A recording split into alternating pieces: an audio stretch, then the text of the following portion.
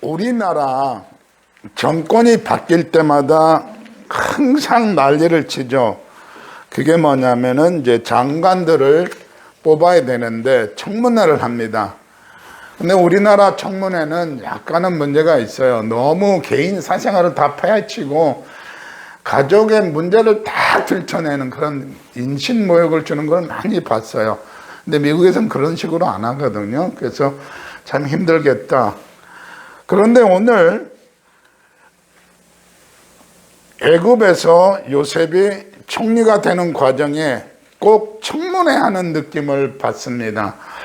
여기 보면은 이제 41장이지만은 37절에서 요셉이 이렇게 꿈을 해석해주고 이렇게 사람을 추천하고 이렇게 하면 좋겠습니다 라고 얘기하니까 바로와 그의 모든 신하가 이를 좋게 여긴지라 바로가 그 신하에게 같이 하나님에게 감동된 사람 우리가. 그리고 39절에 중요한 말이 있어요.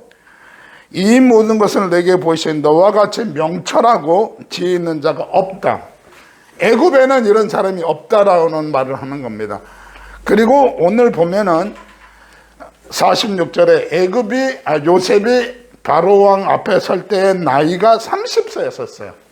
그러니까 17살에 애굽에 팔려가지고 13년 만에 애굽의 총리가 되는 이거는 진짜로 이제 한국 사람들이 요새 좋아하는 말로는 대박이 난 거죠.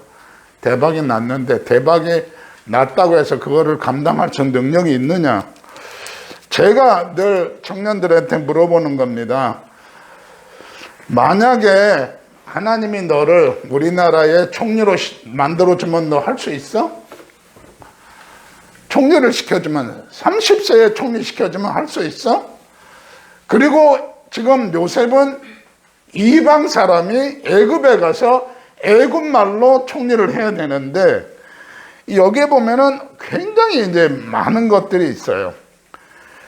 제가 이제 질문을 여기 쭉 이 요셉에 대한 설교를 제가 엄청 연구를 많이 했어요. 질문이 뭐가 있냐면은 지난번에 얘기했죠. 사람들이 무엇을 보고 요셉한테 너는 하나님께 은혜를 입은 자라 했는가? 무엇을 보고 그랬는가? 지금 왕 앞에 나타난 지 얼마 되지 않아요. 물론 교도소에 있다가 머리 깎고 목욕하고 옷 새 걸로 바꿔 입고 분명히 그 보디발 자기 옷 중에서 좋은 거 줬을 거예요. 자기 무슨 옷이 있어요. 교도소에 계속 갇혀 있었는데. 좋은 옷 입고 나타났지만은 30세지만은 잘생겼다고 해도 뭘 보고 그렇게 했을까? 그 다음에 두 번째로 질문이 뭐냐면은 이런 요셉의 여러 가지 믿음이 나오는데 오늘 이제 간단하게 중요한 거 포인트만 찍을게요. 오늘 거기 46절에서 49절에는 이제 저한테 이제 있는 그 교재에는 그런 식으로 잡아놨어요. 흔들리지 않는 믿음의 사람이다. 두 번째로 50절에서 52절까지는 매 순간 감사하는 사람이다.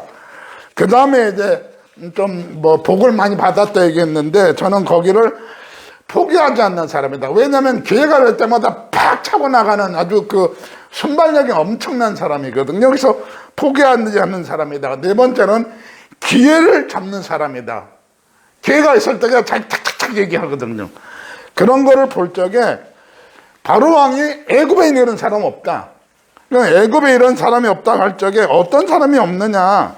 첫 번째로 38절에서 하나님의 신에 감동한 사람 애굽에 없다. 두 번째로 명철하고 지혜 있는 사람 없다. 그 다음에 뭐라 그러냐면 너 같은 사람이 애굽에 없다. 그런 말을 했어요. 지금은 요새 최근에 와서 한동훈 법무부 장관이 엄청 히트치고 있잖아요.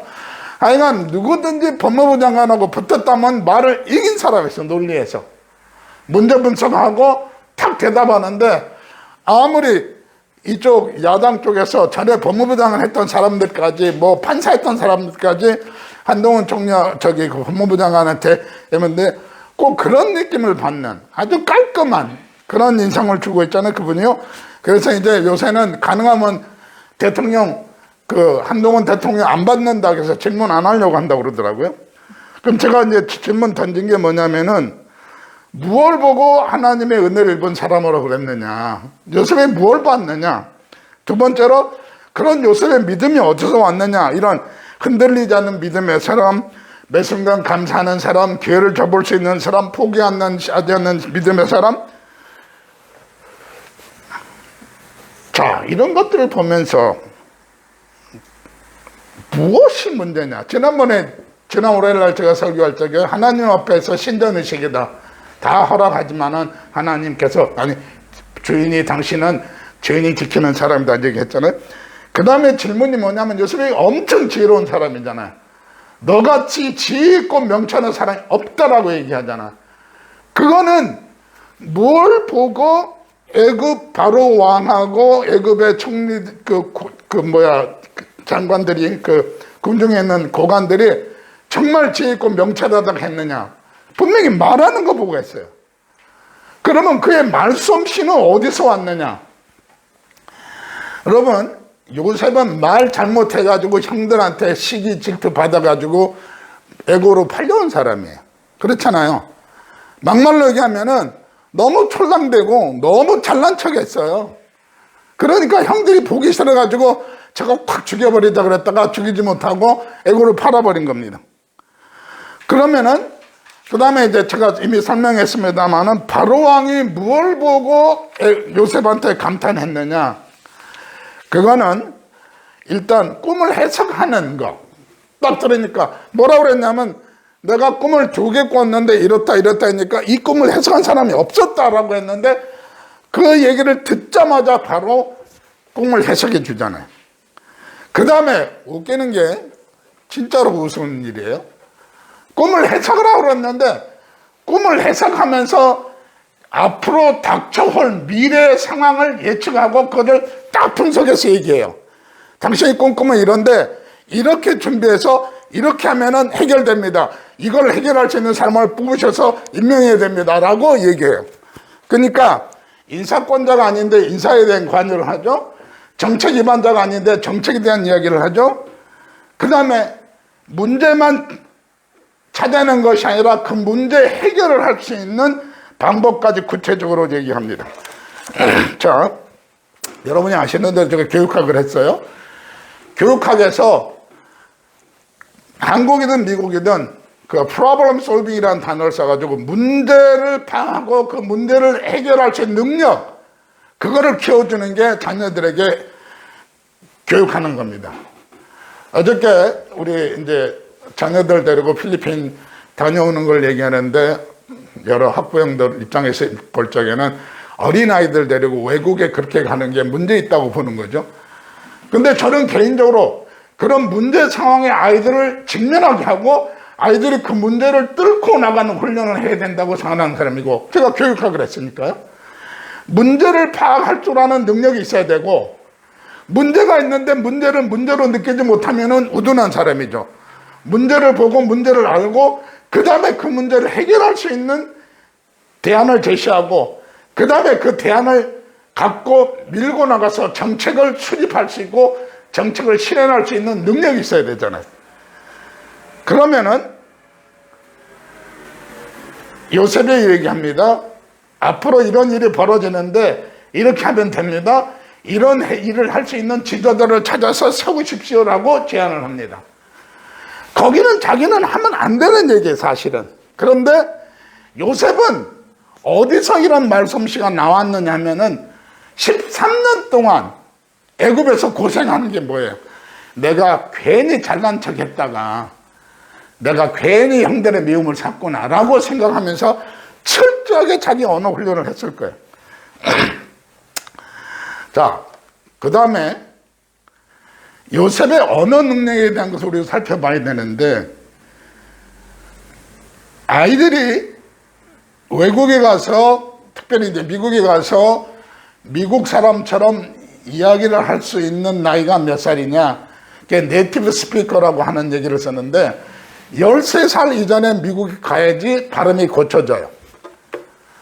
조카들도 여러 명 왔는데요, 제 주변에 있는 자녀들이 많이 미국에 왔는데 아무리 영어를 잘해도 13살 이후에 온 사람들은 우리나라 영어로는 뭐라면 코리안 액센트가 남아요.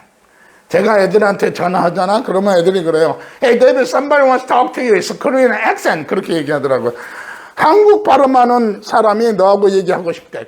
Korean accent이라는 단어를 써요. 13살 이전에 가야 되는데 이 친구는, 이 요셉은 17살 때 갔어요. 한국 나이로 치면은 고등학교 2학년 때 애굽으로 이주한 거예요.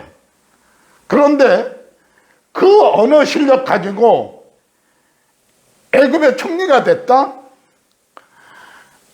요셉을 못마땅하게 생각하는 사람들은 요셉의 언어, 발음 가지고 아마 장난질 많이 쳤을 거예요. 그 다음에 이제 마지막 질문이라고 할 수 있는데요. 어떻게 애굽의 총리를 시켜줬을 적에 요셉이 총리 대신으로서, 총리로서 밑에 있는 모든 장관들이나 그런 사람들을 다스릴 수 있었는가? 그의 정치적인 배경이 뭔가? 우리나라 누가 대통령 되든 여당이 있고 야당이 있습니다. 여당이 정권자면 야당에서는 어떻게든 헐뜯어 내리려고 그러거든요. 벌써 윤석열 뭐라 그러지, 이렇게 탄핵 시키자는 얘기가 나오잖아요. 왜? 이거는 윤석열이 잘못했어가 아니라 윤석열 반대파니까 반대하기 위해서 그런 얘기가 나오는 겁니다. 그런데 요셉은 자기 정치적인 배경이 없어요. 여당도 아니고 야당도 아니에요. 졸지에 나타난, 갑자기 나타난 젊은 외국인 청년이에요. 그 사람이 총리가 돼서 우리한테 뭐라고 하면, 아이씨, 놀고 있네. 저게 뭐가 언제 저기 나타나가지고. 그렇게 할 수 있어요. 그래서 제가 생각해 봤어요. 요셉이 총리가 됐을 적에 요셉의 정치적인 배경이 누구였을까? 그리고 애굽의 궁중 언어를 어떻게 익혔을까? 당연한 겁니다.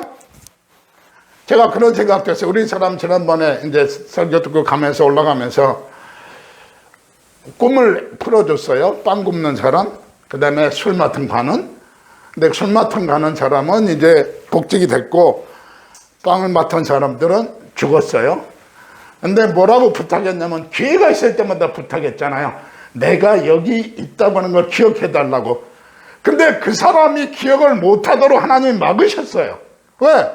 만약에 그 술 맡은 관원이 요셉이 보디발의 감옥에 갇혀 있는 걸 기억해 가지고 주변 사람들한테 얘기해서 뽑아줬으면은 첫 번째로 그 사람은 보디발하고 원수가 돼요. 정치적으로.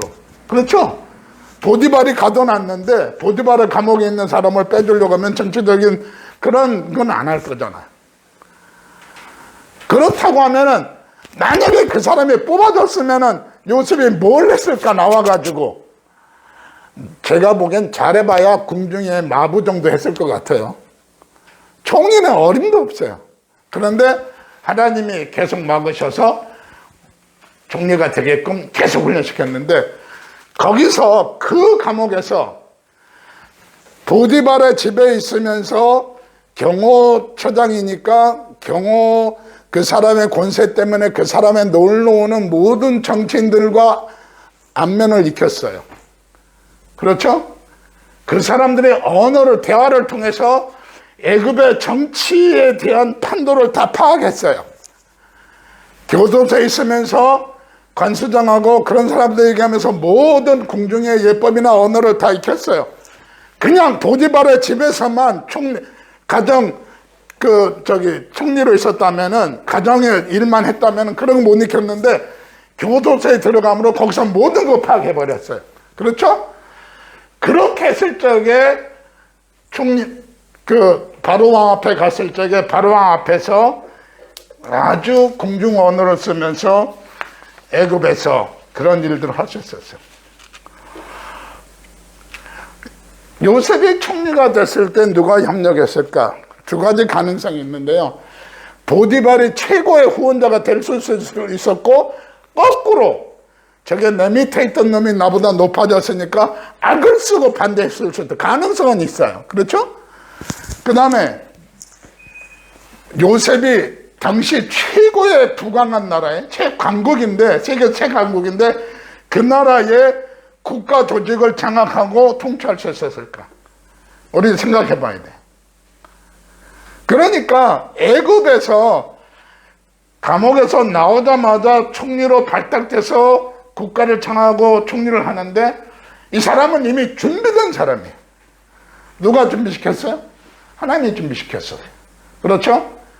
그의 언어의 기술은 형들한테 까불고 장난치고 잘난 척하다가 쫓겨오면서 언어 훈련이 제대로 익히고 이제는 해야 될 말, 해서는 안 될 말을 구분할 수 있는 그런 훈련을 받게 됐어요. 왜? 형들한테 팔리면서 그렇게 된 거잖아요. 그 다음에 정치 세력에 대한 파악도 교도소에 갔기 때문에 가능했던 것이고 어떻게 정치를 하겠다는 나름대로 구상을 할 수 있었던 거죠. 결과적으로 여러 가지 것들이 있는데 이거 말고도 우리들이 다뤄야 될 내용이 이 요셉의 삶에서는 엄청 많아요. 엄청 많은데 지금 현실 입장에서 오늘의 입장에서 볼 적에 이게 젊은이들이라면 한 번쯤 생각해 봐야 돼요. 언어 훈련을 어떻게 할 것인가, 그 다음에 세상 판단을 어떻게 할 것인가, 문제 파악을 어떻게 하고 문제 해결하는 방법이 뭐고 제시할 때는 어떻게 제시해야 되는가, 나의 언어 훈련을 어떻게 해야 되는가 하는 여러 가지 것들을 이 요셉의 삶에서 살펴봐야 되는데, 자, 시간이 다 됐거든요. 그래서 오늘 결론을 냅니다. 나는 요셉처럼 흔들리지 않는 믿음의 사람인가? 아버지한테 사랑을 받던, 형들의 미움을 받아서 애고로 팔리던, 주인의 모함으로 인해서 교도소에 가던, 총리가 되던 어떤 상황에서도 하나님만 의지할 수 있는가? 뭐라 그래요? 내가 해석하는 거 아닙니다. 하나님이 꿈을 해석하십니다. 라고 분명히 밝히잖아요. 어떤 상황에서도 내가 믿는 하나님을 자신있게 이야기할 수 있는가 하는 문제. 그 다음에 어떤 상황에 가서도 포기하지 않고 감사하면서 하나님 나를 이렇게 훈련시켜 주시는 거 감사합니다 할 수 있는가. 그리고 기회가 될 때마다 나의 최선을 다해서, 제가 부탁하는 게 있어요. 사람들을 감동시키는 거는 100% 감사 안 한다. 우리 이제 손장로님 직원이 여럿 있잖아요. 자기 일 해야 될 일 한 사람한테 감동 절대로 안 받습니다. 9시에 나오라 했는데 9시 5분 전에 왔다. 그 사람한테 감동 안 받아요. 최소한도 30분 전에 출근해가지고 자기 책상 준비해놓고 일할 준비 딱 끝내면서 그 사람이 감동 주는 거잖아요. 5시 됐다. 딱 책상 닫고 5시 5분 퇴근하는 사람 감동 안 받아요. 저는 사람들한테 얘기하는 게 최소한도 5%를 더 하라. 100%에서 5%를 더 하면은 당신하고 일하는 사람들이 감동받는다. 바로 요셉이 사람들에게 감동을 줄 수 있는 것은 그의 언어와 그의 말과 그의 행동과 그 다음에 대한 제시와 추진력과, 그리고 뭐라 첫 번째 보면은 앞에도 그렇고요, 45절로 46절에서 바로 애굽으로 나가요. 현장 중심의 사역을 해요. 현장에 나가서 일을 해요. 파악해요. 그냥 궁중에서 명령하는 게 아니라 이렇게 다 명령하는 게 자기가 직접 나가요. 현장으로 나가요. 자, 우리는 흔들리지 않는 믿음의 사람, 매 순간 감사하는 믿음의 감사의 사람, 포기하지 않는 기도의 사람, 그런 사람 되시기를 주님으로 축원합니다. 사랑과 은혜가 풍성하신 하나님 감사합니다. 애굽 팔려간 요셉이 요셉 총리가 되는 과정, 그리고 총리로서 첫 번째 임무로 정하는 과정을 보면서 오늘 나의 삶과 비교해 볼 적에 내가 요셉처럼 흔들리지 않는 믿음의 사람인지, 어떤 상황에도 감사하는 감사의 사람인지, 어떤 상황에서 포기하지 않고 끝까지 이겨내는 믿음의 사람인지 기회를 잡고 그 모든 기회를 가감하게, 또 아름다운 언어를, 구체적인 언어를, 매너 있는 언어 생활을 하고 있는지 우리를 살펴보게 하여 주시옵소서. 이 한 주간도 믿음으로 승리하게 하실 줄 믿고 감사함으로 예수님의 이름으로 간절히 기도드립니다. 아멘.